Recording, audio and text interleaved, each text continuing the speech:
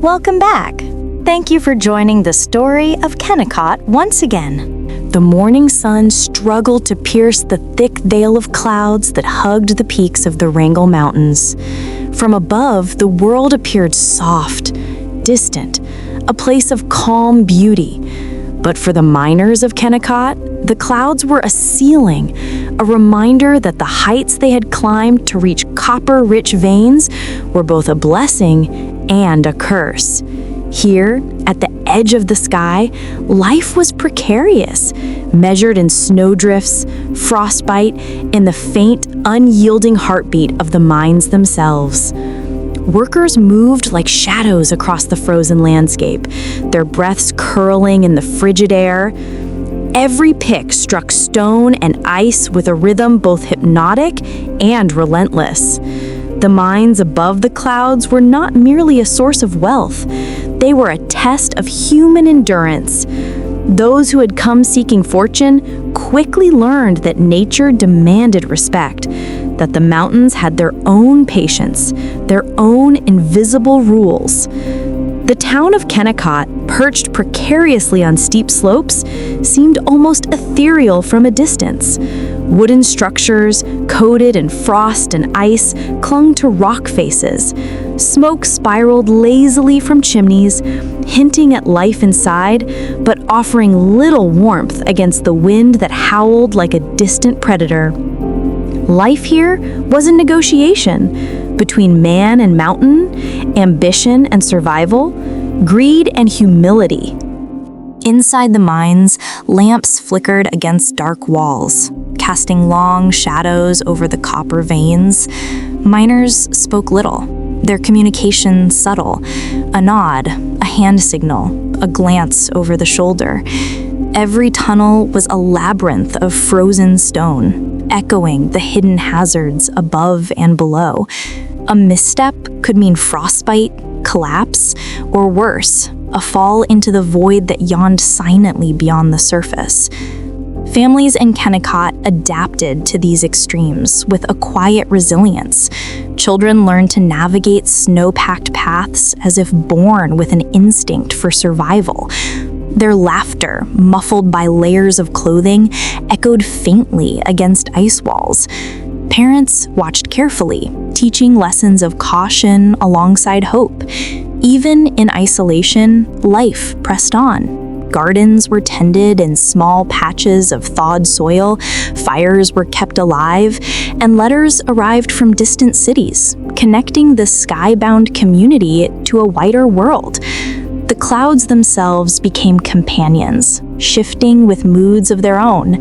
Some days they rose like a blanket, obscuring the cliffs, turning the town into a ghostly vision of soft whites and grays.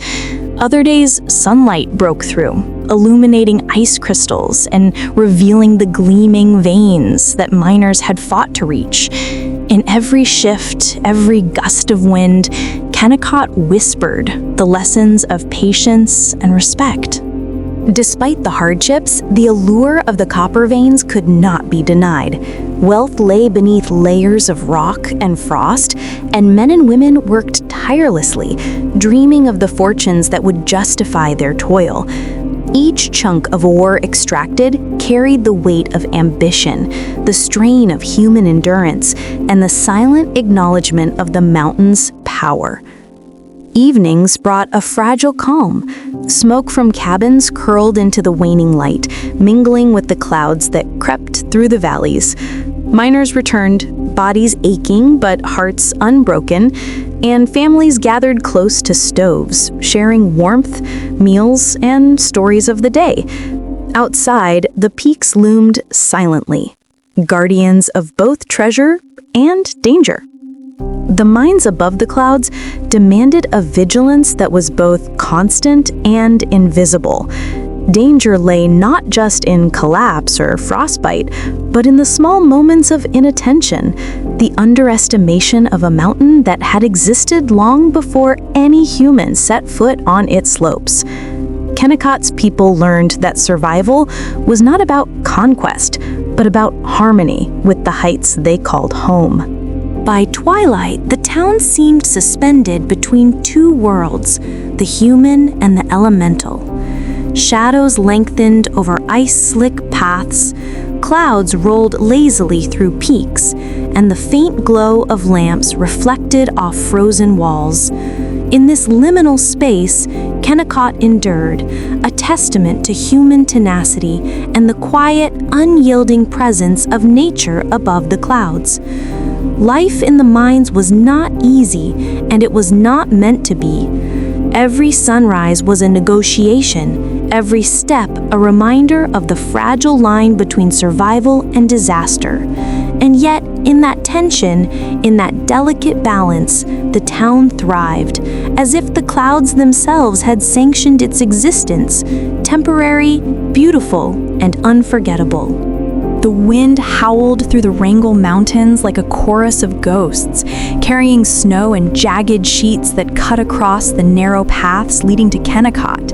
Winter had arrived with an unforgiving cruelty, blanketing the town in white and turning even the simplest tasks into acts of endurance. Wooden cabins groaned under heavy snow, chimneys spewed thin streams of smoke, and the miners, once vibrant with the pride of copperwork, moved through the cold with a measured weariness. In the mornings, frost coated every surface, turning tools into brittle shadows of themselves. Miners wrapped themselves in layers of wool and fur, their breath forming clouds that vanished into the icy air. The copper veins beneath the mountains promised wealth, but the mountains themselves demanded respect and exacted their toll. Frostbite, exhaustion, and snow-laden avalanches were constant companions. Jacob Hayes, a burly man with hands hardened by labor and cold, trudged toward the mine entrance. His boots sank deep into drifts, and every step required careful negotiation with the ice-covered rocks beneath. He had seen winters before, but this year the cold was relentless, and the wind seemed to mock human persistence. Inside the mine, lanterns flickered over copper veins, and the warm glow contrasted sharply with the frozen exterior. Still, no heat could chase away the weariness that settled in every muscle. Families, too, felt the weight of the season. Mothers stoked fires and prepared meager meals, often rationing food against the long winter nights. Children played briefly in the snow, their laughter brittle and fleeting, vanishing quickly into the vast, silent expanse surrounding the town. Every window framed a frozen tableau of endurance and isolation. Despite the cold, the miners worked.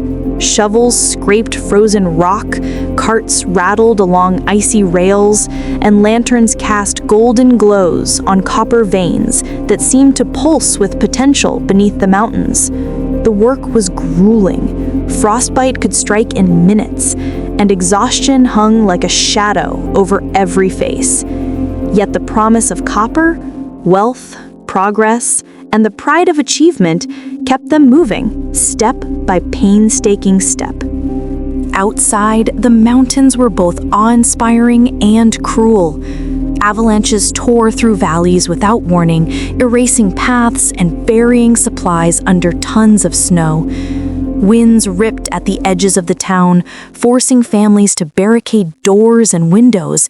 It was a winter that broke men, but also revealed resilience. Survival required ingenuity, courage, and a tacit understanding that the mountains were indifferent to human effort. By twilight, Kennecott glowed faintly through the swirling snow. Lanterns lit cabins, and smoke rose from chimneys, creating columns that vanished into the night sky. The frozen landscape reflected the orange and pink hues of a fleeting sunset, a brief warmth against the omnipresent chill. Miners returned from the mine, faces red and eyes tired, yet carrying copper that gleamed like tiny fragments of hope. Anna, the town chronicler, recorded the day with careful notes and sketches. She wrote of frostbitten hands, snow-packed roads, and the tireless work of miners who refused to yield.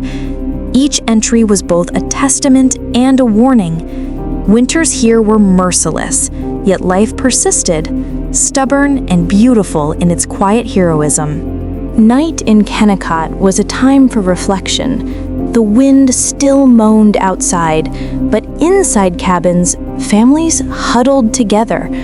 Stories were told, meals shared, and hands warmed over stoves. Every crack of frost on the windows reminded them of the harsh world beyond. Yet within these walls, humanity endured. These winters, though merciless, shaped the town. They forged character, tested bonds, and illuminated the boundary between ambition and survival. Men and women learned that copper was not the only treasure.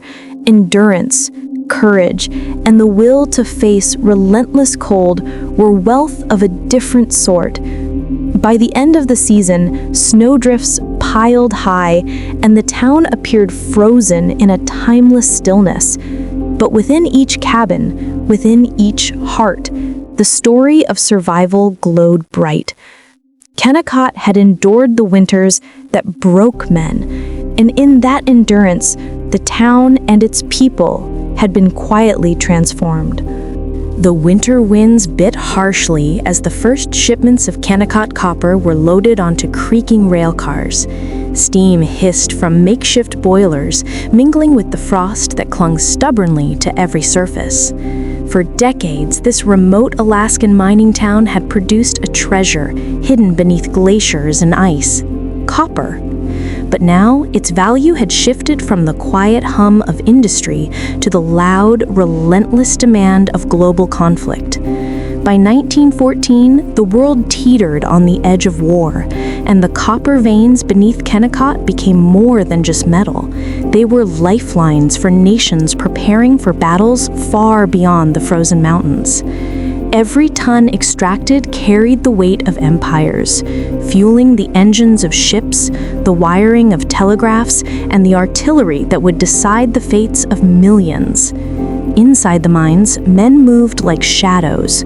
Pickaxes struck with the rhythm born of exhaustion and urgency. Lanterns swung from the ceilings, casting flickering light over the glistening veins of copper. Miners spoke little, their voices lost beneath the roar of drills, the rumble of carts, and the constant cold that seeped into bones and marrow alike.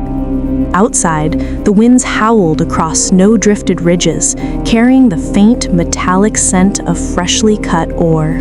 The town above struggled to balance normal life with the pressure of production. Families bundled in furs watched smoke curl from chimneys, each breath a visible reminder of the frigid world outside. Children learned early the weight of responsibility. Copper shipments were not just cargo, they were duty, survival, and power in equal measure. Mothers whispered prayers as wagons rolled down icy roads, each one carrying the promise of contribution to a war that no one in the town had yet seen. Railroads, built painstakingly through glaciers and mountain passes, became arteries of this effort. Engineers braved avalanches, frostbite, and the unpredictable strength of the Alaskan wilderness to ensure copper reached ports where it could be shipped to distant factories. J.P. Morgan and other industrial magnates watched progress reports like generals on a battlefield map, their eyes on the numbers that would fuel the war machine. Even in the quiet moments, the shadow of conflict loomed. Letters from Europe, occasionally delivered through the long chain of mail, told stories of naval battles, industrial demands, and the rising hunger for copper. Townsfolk read them with a mix of awe and fear. The once isolated Kennecott now had a direct link to global events, its mines no longer just a local enterprise, but a pivot in the machinery of empires. By twilight, the landscape of Kennecott transformed. Snow glimmered faintly under the fading sun, casting long shadows across cabins and rail tracks. Steam rose from the mines, mingling with smoke from wood fires. The mountains themselves seemed to hold their breath, aware of the strange alchemy beneath. Copper transformed into power, life, and death in distant lands. Miners rested briefly, huddled near lanterns or stoves, their faces lined with cold and exhaustion. Yet even in rest, their work continued. In dreams, they imagined the ships, the factories, the faraway cities dependent on the metal they chipped from frozen rock. Kennecott had become a town both present and absent, its people living quietly in the shadows of glaciers while their labor shaped events thousands of miles away. When the first rail cars finally departed, loaded with glinting copper, the town watched in silence. The weight of their contribution was heavy. They understood, without words, that the metal they unearthed would travel beyond mountains and oceans to arm nations, sustain empires, and feed a war the world could not yet comprehend. And yet, amid the snow and ice, amid the global stakes and distant battles, life persisted. The cold did not relent, the mountains did not shift, and the copper veins endured. Kennecott's miners, engineers, and families remained vigilant, their labor quiet, unheralded, but monumental. In the stillness of the Alaskan twilight, the town exhaled steam, and the mountains held the secret of power forged in ice, copper, and human resolve. Join us for the next story. Please like and subscribe to stay with us.